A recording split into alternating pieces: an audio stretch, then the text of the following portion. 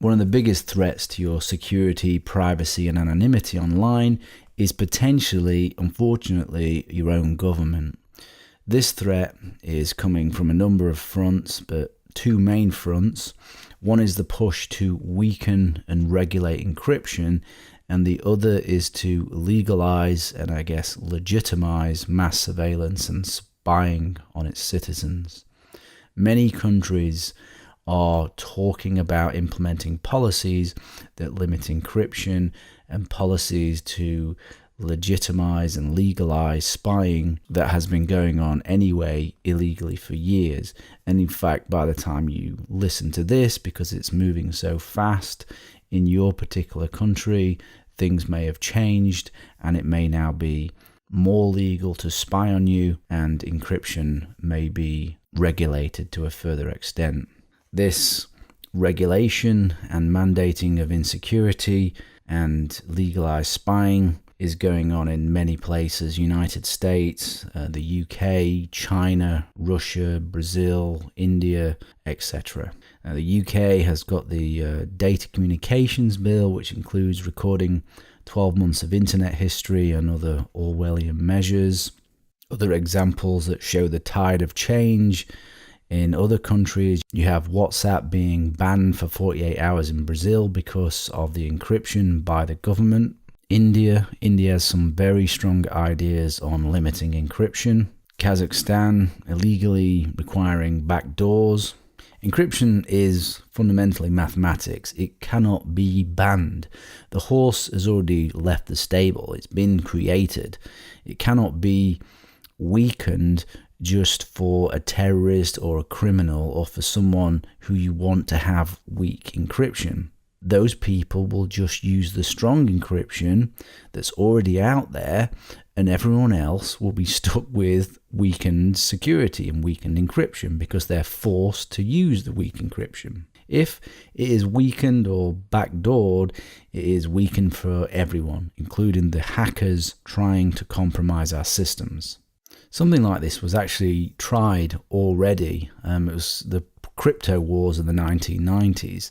Something called the Clipper chip was proposed by the US government, and a flaw was found in it, and luckily there was no widespread adoption because this chip was going to be put into every electronic device that was going to do encryption, so that the government could bypass that encryption and look at what it is you were doing. So if that had happened, it would have been a complete disaster because of the vulnerability that was found in it. This is the problem. If you weaken encryption, you can weaken it for everybody. Terrorists and criminals will continue to use strong encryption even if normal citizens are banned. There is no evidence that weakening encryption will help at all.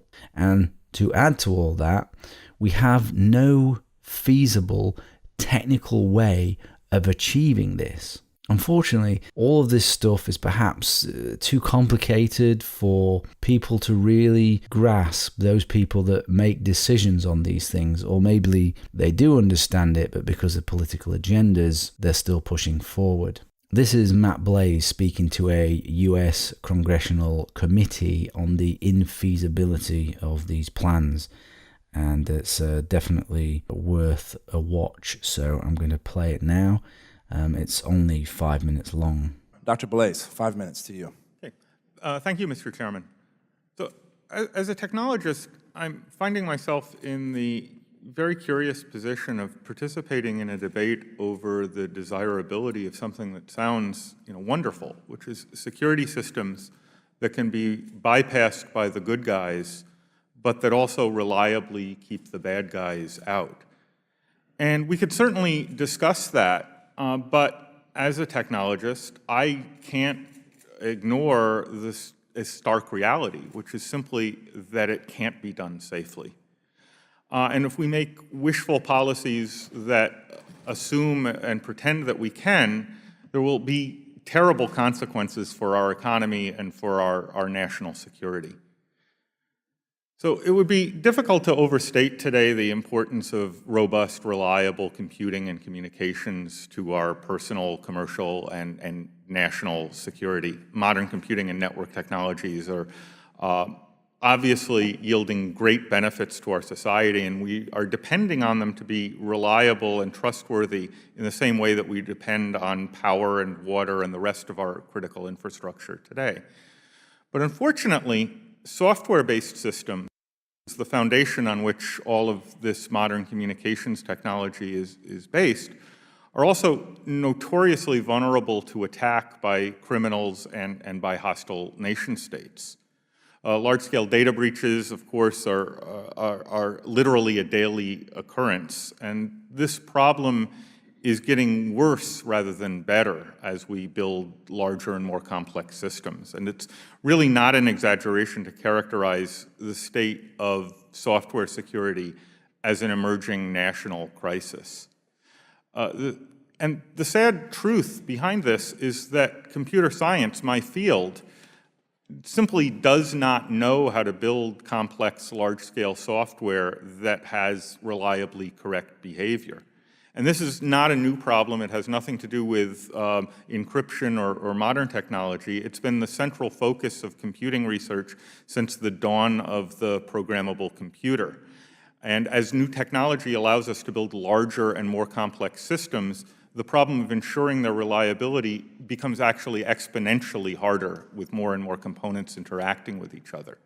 So as we integrate insecure, vulnerable systems into the fabric of our economy, the consequences of those systems failing become both more likely and increasingly serious. Unfortunately, there is no magic bullet for securing software-based systems. Large systems are fundamentally risky, and this is something that we can at best manage rather than fix outright. There are really only two known ways to manage the risk of unreliable and insecure software. One is the use of encryption, which allows us to process sensitive data over insecure media and in insecure software systems to the extent that we can. And the other is to design our software systems to be as small and as simple as we possibly can, to minimize the number of features that a malicious attacker might be able to find flaws to exploit. And this is why proposals for law enforcement access features frighten me so much.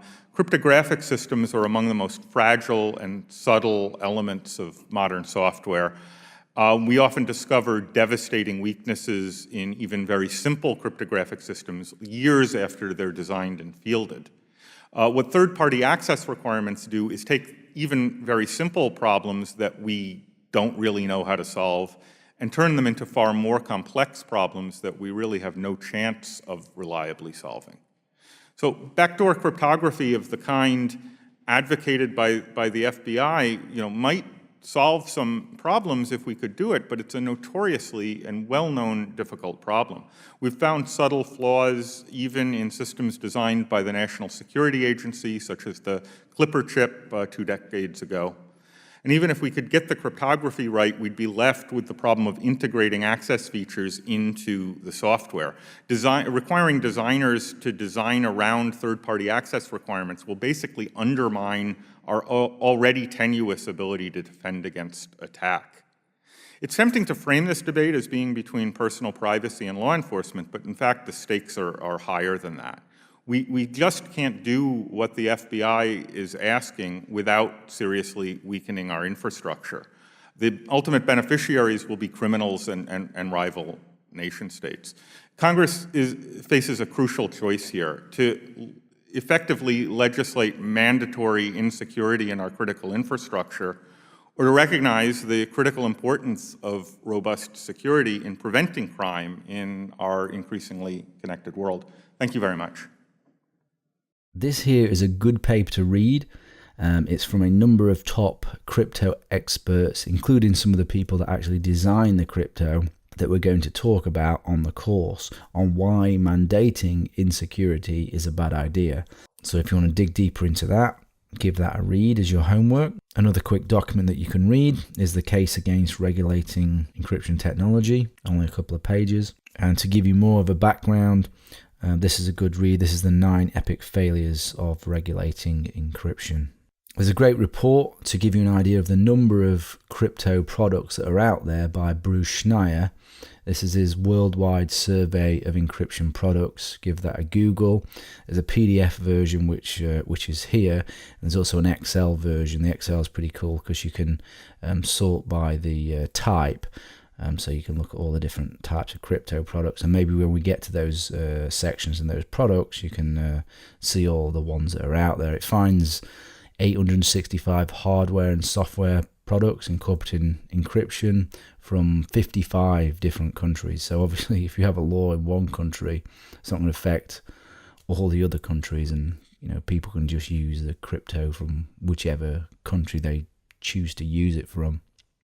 Let's move on to the legalization of spying and mass surveillance now, and I think we can start with some quotes from Edward Snowden. So here we have arguing that you don't care about the right to privacy because you have nothing to hide is no different than saying you don't care about free speech because you have nothing to say.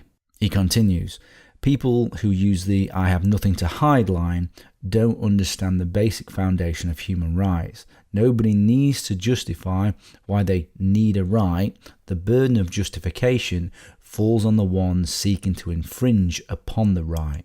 If one person chooses to disregard his right to privacy, that doesn't automatically mean everyone should follow suit either. You can't give away the rights of others because they're not useful to you. More simply, the majority cannot vote away the natural rights of the minority.